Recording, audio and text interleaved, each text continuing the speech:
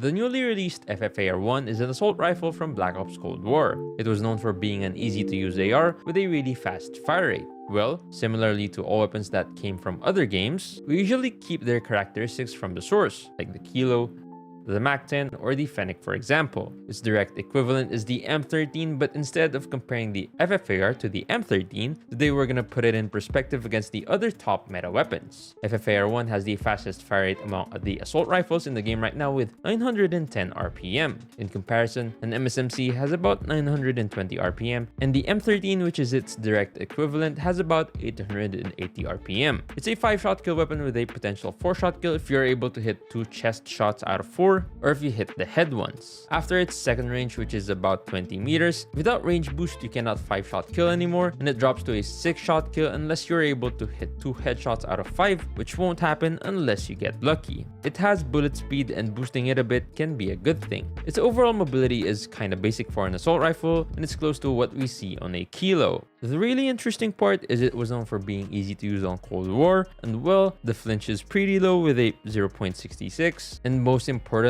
if you look at the recoil pattern, the first 5 bullets barely have any recoil, and the 6th bullet isn't far away. Let's say if you're holding an angle, someone is at about 30 meters, you can be 100% sure that you'll hit all your first shots if you flicked on them without even having to think about the recoil. With the absurd headshot multiplier, the low flinch, and the no recoil on the first bullets, you can easily take down enemies who are hiding behind head glitches. Now, what if you want to use it for aggressive playstyle, close quarters combat? Well, due to its slow mobility and bad shot to kill, you'll be seriously disadvantaged compared to a QQ9 for example. The time to kill of the FFAR for a 5-shot kill is 264 milliseconds, which is slower than the 4-shot kill of the QQ9, which is around 210 milliseconds without the 10mm mag, and around 240 milliseconds with the 10mm mag. The sprint to fire speed isn't great either, with about 180 milliseconds, which isn't optimal for close range fights. But the fast fire rate can definitely be a game changer in close range. For example, that's what made the Fennec and the MAC-10 really good in close ranges. Now, what if you don't want to use it for real CQC fights, but for aggressive playstyle in general? You'll be definitely more comfortable than for CQC fights, especially because the mobility with about 3.6 meters per second of strafing speed with the Gunsmith, and the ADS speed is also a huge factor because in those gunfights you won't struggle at all thanks to its really quick ADS speed of 207 milliseconds. But again, it's not necessarily where it'll be the dominant weapon in most of the gunfights you take. A CBR4 for example will be way more natural to use and better effectively, thanks to a way faster mobility and a faster time to kill by about 40 milliseconds up to 21 meters. Of course, it's the CBR4, so it was a bit evident that it would be hard for the FFAR to be better than the CBR4 on its favorite ground. Now, you saw that in close range in general, it wasn't the best choice, and looking at the stats, it looks like a flex weapon. Well, it definitely is. The BSA is good enough to use it up to about 35 to 40 meters, the TTK would still be fine in gunfights, and the bullet velocity wouldn't be an issue. The flinch being really low, it shouldn't be an issue too, and with the recoil being easy to control, it should be alright. But again, some flex weapons will definitely be a better choice. For example, the Krig 6. It has 30 meters of consistent 4-shot kill, which would lead to a 276 milliseconds time to kill, and up to 18 meters you can definitely get a 3-shot kill, which means you have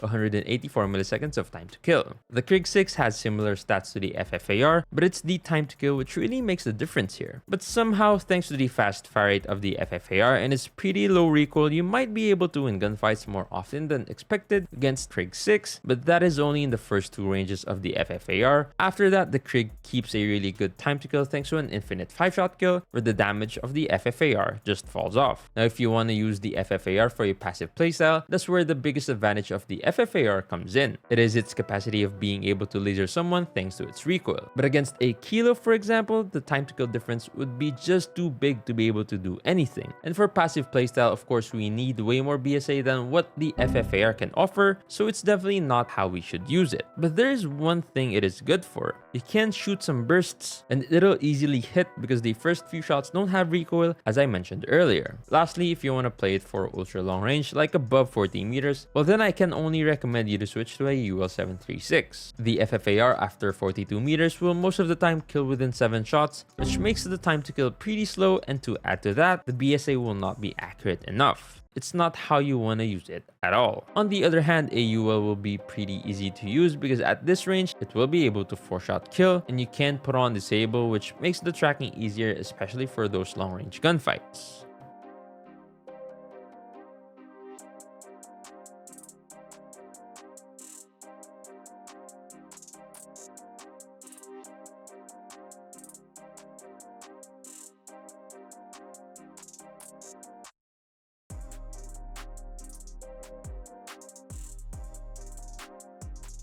If you had to use 3 words to describe the FFAR 1, what would they be? Let us know down in the comments below.